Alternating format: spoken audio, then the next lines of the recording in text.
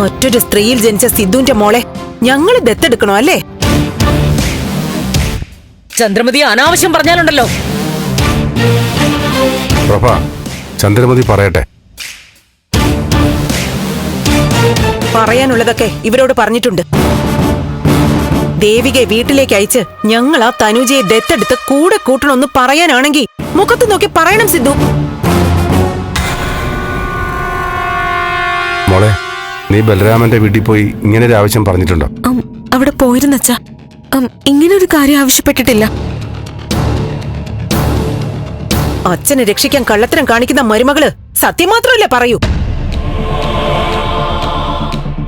ചന്ദ്രമതി, ദേവിക മോള് കള്ളം പറയാറില്ല.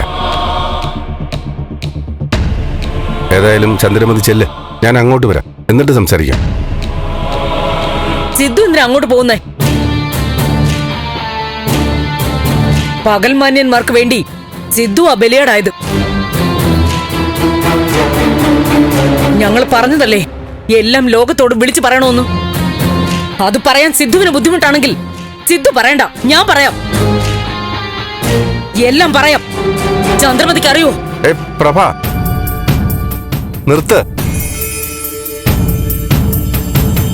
അത് ശരി, തനുജയുടെ പിതൃത്വം വേറെ ആരുടെയെങ്കിലും തലയിൽ കെട്ടിവെക്കാനാ പ്ലാൻ അല്ലേ?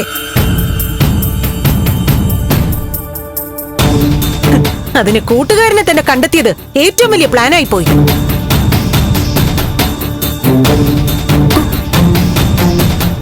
നാട് മുഴുവൻ അറിഞ്ഞു കഴിഞ്ഞു. അപ്പൊ പുതിയ കണ്ടുപിടുത്തവുമായി വന്നിരിക്കുക. ഇത് പുതിയ കണ്ടുപിടുത്തമൊന്നും അല്ല ചന്ദ്രമതി, പഴയ കണ്ടുപിടുത്തോ. ഞങ്ങൾ കണ്ടുപിടിച്ചത് ഈ അടുത്ത സമയത്താ. പ്രഭ, സംസാരിക്കണ്ടെന്ന് പറഞ്ഞില്ലേ? ചന്ദ്രമതി പറയട്ടെ. ആ കുട്ടിയെ ദത്തെടുക്കണമെന്നോ അവളെ അവിടെ സ്വീകരിക്കണമെന്നോ ദേവിക പറഞ്ഞിട്ടില്ല എന്ന് പറയുന്നു. അത് ഞങ്ങൾ ഉറപ്പായിട്ടും വിശ്വസിക്കുന്നു. അതെ, ദേവിക ആരും കുറ്റപ്പെടുത്തണ്ട. അമ്മേ, ആന്റി എന്തൊക്കെയോ തെറ്റിദ്ധരിച്ച് സംസാരിക്കുക.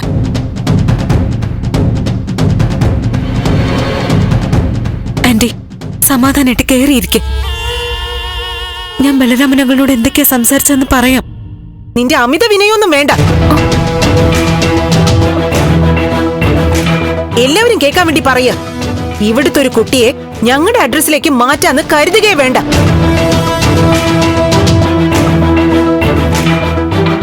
ബാലു പാവം, കൂട്ടുകാരൻ ഇങ്ങനൊരു അവസ്ഥയിലല്ലേന്ന് വിചാരിച്ച് മനസ്സ് തകർന്നിരിക്കുക. അതൊരവസരമായി കണ്ട് ബാലുവിനെ സ്വാധീനിക്കാൻ അമ്മാവനും അമ്മായും കൂടി മരുമോളെ പറഞ്ഞയച്ചു. അവിടെ വന്ന് കണ്ണീരൊലിപ്പിച്ച് കാര്യം പറഞ്ഞു. പാവം ബാലു തീരുമാനിക്കുകയും ചെയ്തു. ഈ വിഴുപ്പ് നമുക്ക് ചുമക്കാന്ന്. കൊള്ളാം, നന്നായിട്ടുണ്ട്. ചന്ദ്രമതി അനാവശ്യം പറയരുത്. അനാവശ്യം പറഞ്ഞതും ചെയ്തതും ഒക്കെ ആരാണെന്നറിയോ? പ്രഭ പറയാതെ തന്നെ എല്ലാവർക്കും അറിയാം.